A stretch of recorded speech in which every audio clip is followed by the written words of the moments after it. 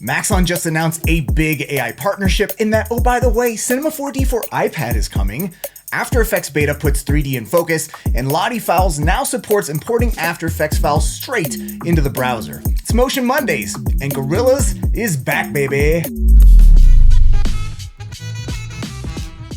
So first up, we have a free Cinema 4D plugin by AlgoMesh that does a differential line growth, or what I like to call wiggly splines. The algorithm progressively deforms a spline into complex organic shapes by inserting new points and applying attraction and repulsive forces so the line never crosses itself.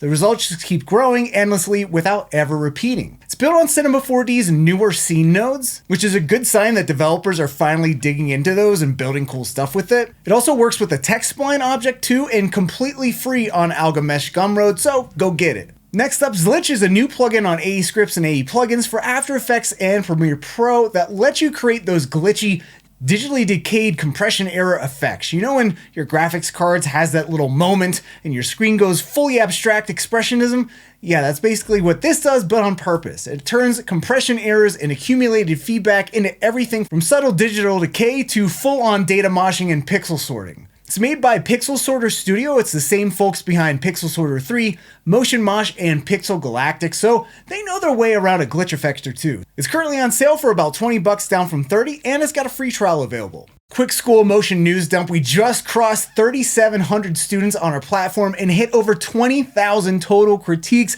which is a massive amount of work to be looked at and given a lot of feedback too. So that's a lot of people getting better at this whole motion design thing. Now on the course front, Jonathan Winbush just wrapped up recording Unreal Engine for broadcast designers, so that's coming real soon, and Cavalry Kickstart is in the pipeline, which feels timely considering Cavalry just got acquired by Canva and has been showing up a lot in the news lately. But this week we have an exclusive School of Motion All Access live workshop on Thursday, March 12th at noon Eastern. We're going to be joined by artists Brilly and Spencer Dickerson from Otoy, and they're going to be giving a talk about the future of 3D workflows and Gaussian splats. And I know we talk about Gaussian splats here all the time here on Motion Mondays, and this is a chance to actually dig into what they mean directly in your workflow from people who are currently building in that space. So you're not going to want to miss it, so be sure to sign up. Google just dropped Nano Banana 2, which is their new image model that merges the quality of Nano Banana Pro with the speed of Gemini Flash. And the thing that's most relevant to designers, it can finally render legible, accurate text in images. Like, it can now actually nail Comic Sans, which is both technically impressive and spiritually troubling. It also claims better subject consistency, maintaining visual coherence across up to 5 characters and 14 objects, which is a big deal if you're doing storyboards or building any kind of sequential visual narrative. And piggybacking on that, Adobe also announced that Firefly now has access to Nano Banana 2, so you can use it anywhere the Firefly image generator lives. So Photoshop, Firefly boards, the whole Adobe ecosystem. And Firefly Pro users are getting unlimited generations until March 16th. So if you've been curious how it handles your type of work, right now is a perfect time to actually go and try and find out. And rounding off this whole AI block we find ourselves in, the US Supreme Court declined to hear the copyright appeal for AI-generated art. A computer scientist was denied copyright for a piece of visual art made entirely by his AI system, appealed it all the way up, and the Supreme Court was like, we're gonna pass on hearing this. The ruling that stands, though, is that human authorship is a bedrock requirement for copyright protection. The Copyright Office has separately rejected bids by artists trying to claim copyright on Midjourney generated images, drawing a clear line between AI assisted and AI generated. And what this means is that if you're using AI in any type of work and you want to have copyrights for it, you need to prove meaningful creative decision making was yours, not just I wrote the prompt. So not surprisingly, the government's going to choose legal caution over innovation, and when the lawyers eventually show up, and they will, be sure to document your process. The whole I hit generate probably isn't going to hold up, and you probably can't vibe code your way to becoming your own lawyer. Now for some cool work from around the internet. First up is Black Math out of Boston, and they just dropped a new reel, and it's pretty long, but I tell you what, I watched every single second without checking my phone once, which is really saying something. It is packed with strong visual identity system work, and this is exactly the type of stuff that's going to remain deeply human work in the age of AI. If you're a huge brand,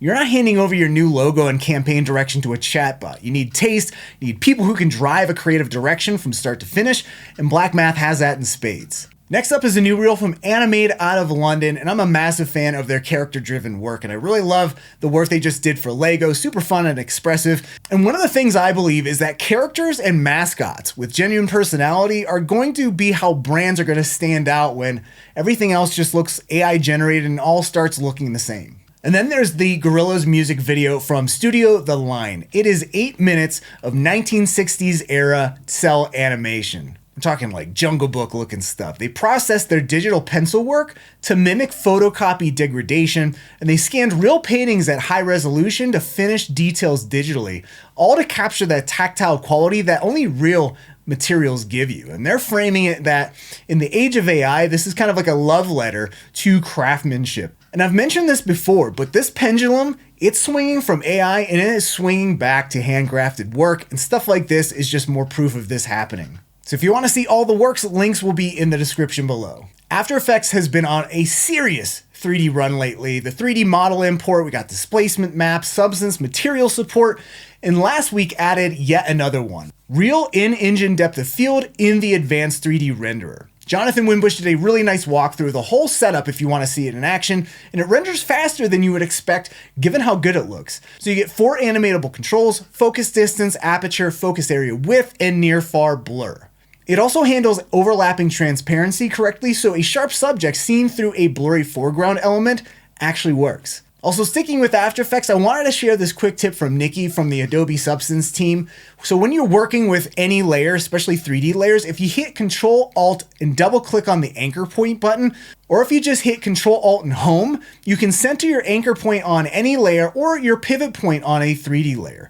Nikki also teased something coming to Substance Painter that's going to be announced at GDC that sounds like something super interesting, so stay tuned and be sure to head to Substance Painter Days if you're going to be headed to GDC. LottieFiles announced a pretty significant workflow update, so a quick refresher. Lottie is the open source JSON-based animation format that ships animations as lightweight files they can use on the web or in apps. Now, to work with these files, motion designers have traditionally exported After Effects animations via a plugin called Body Movement, which worked fine but was an extra install and extra step. But now Lottie Creator lets you drag and drop After Effects project files directly into the browser-based editor, and you can adjust the timeline and export as Lottie JSON. They also announced a universal file importer that supports Flash, aka Animate, Illustrator, Photoshop, SVGs, PDFs, GIFs, and MP4s alongside After Effects files. So the After Effects support is the one, of course, motion designers are going to care about, but LottieFiles is really doing a lot of awesome work to make it easy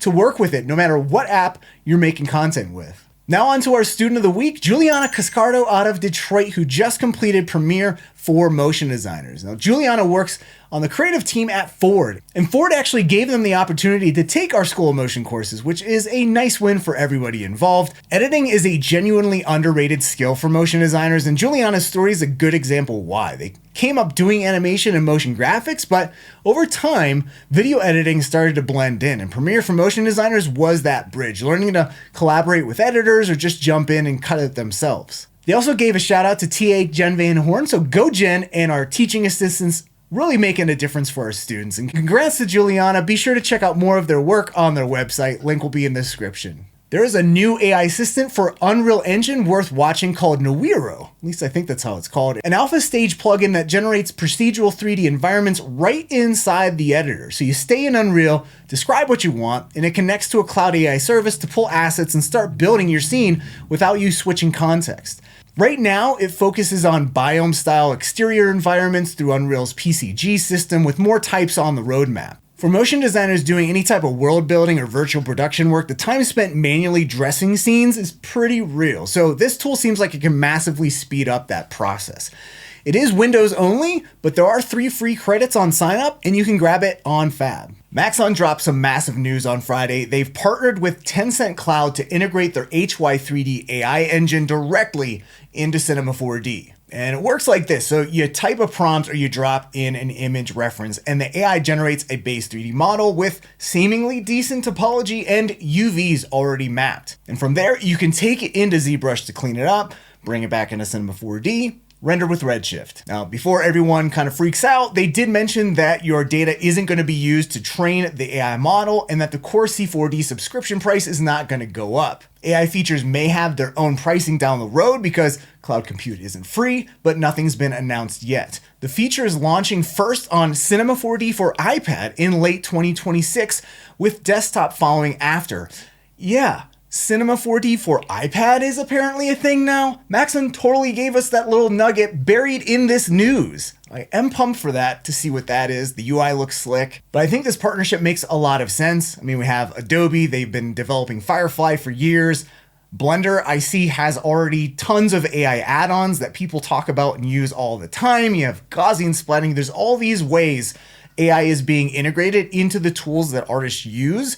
And I think AI is going to work best when it is fully integrated into the tools artists already use and meets them where they already are. And this kind of feels like one of those cases. And Tencent's latest 3D models have been pretty legit too. 3D Polygen 1.5 was teased late last year, and the topology actually looked usable. Now, at the end of the day, 3D artists used to have to source 3D assets from places like TurboSquid, and we all know how much fun that exercise was. And AI is letting us be able to generate literally any stock asset we need to execute what's in our head and turn it into pixels faster. But what do you think about this news? I know AI is a very divisive topic and how it's being used. Personally, I would have loved to have seen it do the topology, retopology, and UV unwrapping for me before the AI generation of models kind of thing. But are you excited about this AI partnership? What about the C4D for iPad little nugget in there? What would you like to see happen on C4D for iPad? For me personally, I would love to see body paint become actually usable so I can paint textures on my iPad in Cinema 4D. And what about grease pencil competitor? You know, use the whole stylus on the iPad thing. Let me know what you think. Can't wait to see how spicy that comment section is gonna be this week. And lastly, TextureCreate is a free browser-based procedural texture generator by UI designer Takayu, who focuses on game UI design. It runs entirely in your browser. Basically select base materials, adjust parameters, stack post effects. You can even save configurations as JSON presets to build up your own personal library of go-to textures over time, which is nice. So if you need some quick custom patterns without having to fire up Substance Designer for just a single thing, this is a pretty handy bookmark. Heads up though, the site's in Japanese, so have a Google Translate ready. And that is it for this week's Motion Mondays. Links to everything we covered will be in the description below, and be sure to check out all of our current and upcoming courses and live stream events over at schoolmotion.com. And please leave a like and a nice comment because my ego is starved right now. All right, I'll see you in the next one. Have a great week.